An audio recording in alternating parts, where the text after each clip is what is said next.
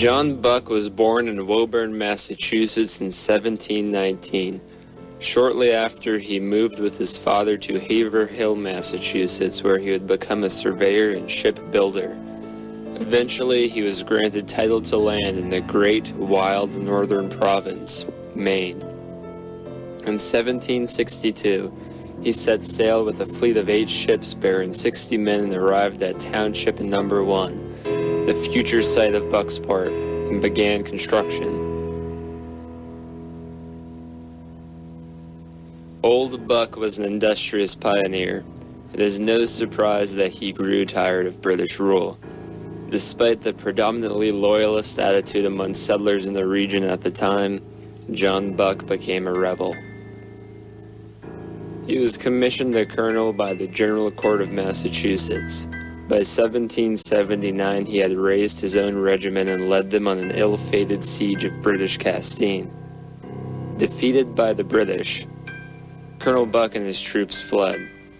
However, they were pursued by a British vessel. Faced with perilous circumstances, Buck chose to save his family by leaving them in Brewer, while he returned to Haverhill, a distance of 200 miles, on foot. Once the Revolutionary War came to an end, Buck reunited with his family and returned to Township No. 1, where he began to rebuild what the Loyalists had destroyed.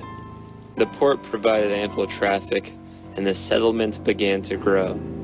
Settlers referred to the township as Buckstown until 1817, when the name was changed to Bucksport. Colonel Buck was well respected, serving as the pillar of the community bearing his name until his death in 1795. However, the perception of Buck began to change nearly half a century later in 1852, when his great-grandchildren erected a monument in his honor within the family graveyard.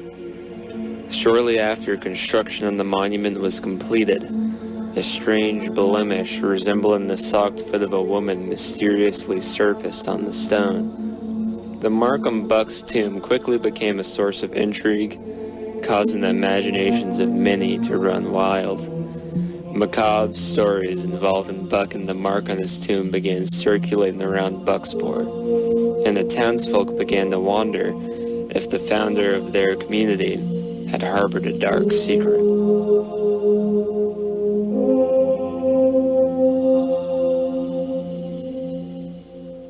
And the most popular story involves a beautiful young woman from the town named Ida Black. According to the legend, Buck and Ida had been having an affair. Although Buck had managed to keep it a secret for several months, his wife eventually discovered the indiscretion. Enraged, she threatened to tell the town's highest officials, effectively tarnishing her unfaithful husband's reputation. Although it had been quite some time since the era of witch-burning had passed in New England, an undertone of witchcraft hysteria still lingered within the public consciousness. Buck knew this, and saw his way out. He explained to his wife that he had been keeping a close eye on Ida Black because he had suspected her of witchcraft.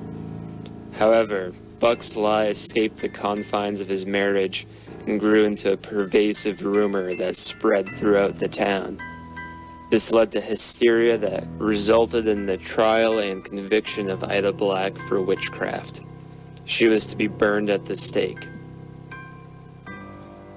At the day of her execution, a crowd had gathered around the pyre, and Colonel Buck himself was in attendance. He could have spared her life, announcing that she was innocent and that he had lied.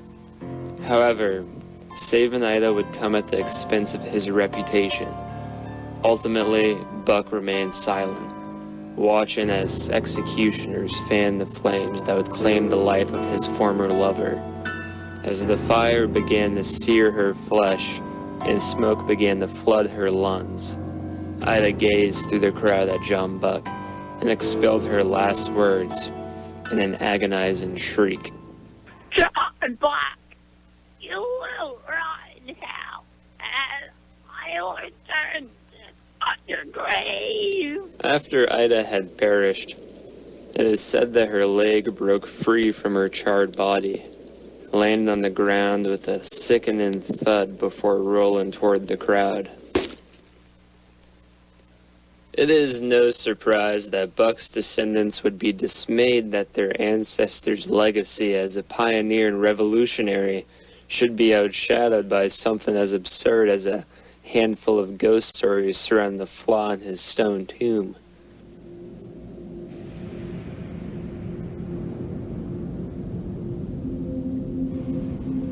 Several attempts have been made to scrub the foot from the stone, but it has always remained. The tomb itself has even been replaced twice, but the foot keeps coming back.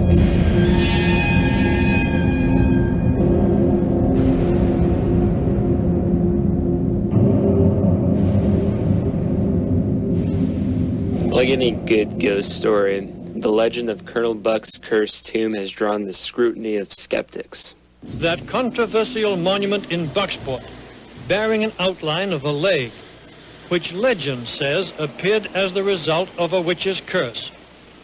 Colonel Jonathan Buck, founder of the town, has been accused of burning a witch at the stake, but of course he did nothing of the kind. This stocking-shaped stain is merely an imperfection in the granite, and don't let the natives tell you otherwise. It has been suggested that the witch's foot is merely a mineral deposit within the granite that had become prominent once exposed to the elements, oxygen, and time. Furthermore, holes have been poked in the legend itself. In the history of the Pine Tree State, no one has been put to death on charges of witchcraft. The afflicted tomb does not even sit on top of John Buck's grave. There are several bodies between him and the witch's foot. Regardless, the witch's foot on Colonel Buck's cursed tomb remains an enduring and captivating legend, a mystery never solved. Until now. Longtime listeners of the Mystery Hour may recall episode 4, Strange Maine, when we first explored Bucksport's famous cursed tomb and conjured a theory to crack the case. So, I imagine that the curse will persist as long as the foot is missing. That's a really good idea. You return the foot, and it lifts the curse. I imagine she's basically just created the keyhole, right? You get the foot and you put it on the foot in the grave, and it sucks it in. With this revelation in mind, we began our quest to solve the mystery of Colonel Buck's cursed tomb by visiting the Eastern Maine Medical Center in Bangor to procure the foot of a cadaver to place upon the tomb.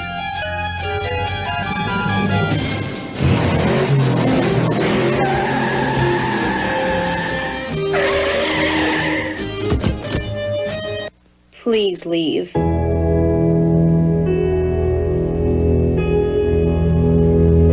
How are we supposed to crack the case without the foot of a corpse? We could nab a drifter. No, that sounds like a lot of work. Guess we'll just have to call it quits, guys. It seems like some mysteries just aren't meant to be solved.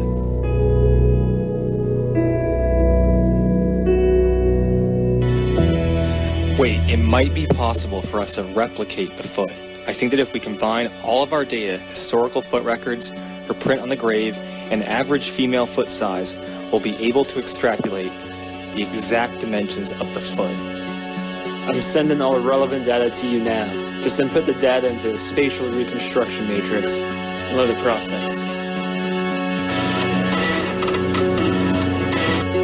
Okay, upload it to the mystery drive now.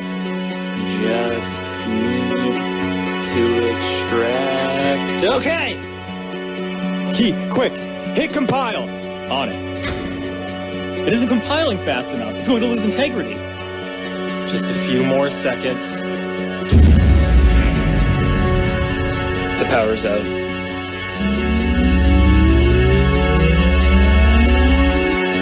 Generators are online. Did we get it? Yes, it's locked in. Keith, begin the 3D print.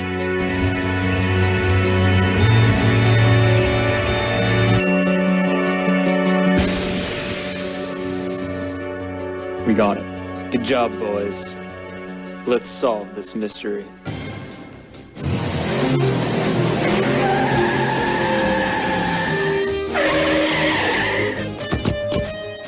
Alright, we're here. Let's move out.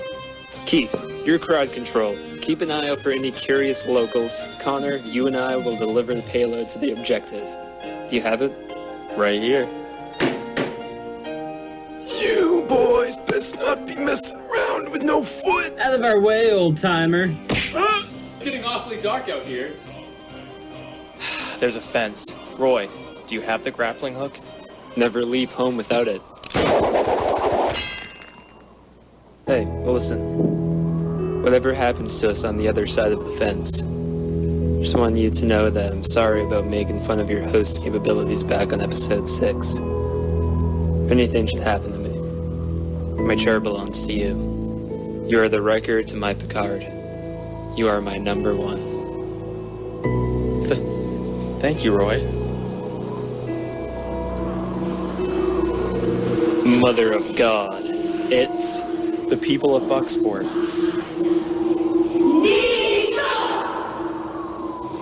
Come on, we gotta get over this fence now! The wind's too strong! I'm losing my grip! Grab my hips!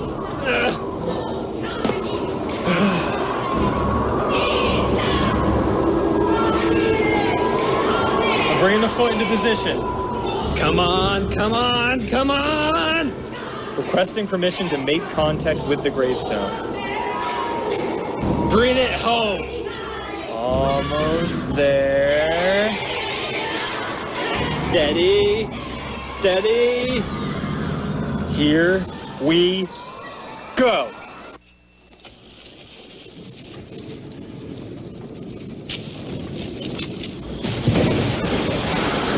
What is happening? Ah! Oh my God, what's happening? I told you not to be messing with no foot.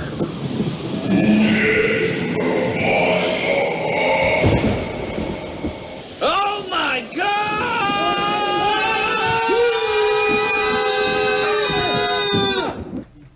That was, of course, a dramatic reenactment of what really happened.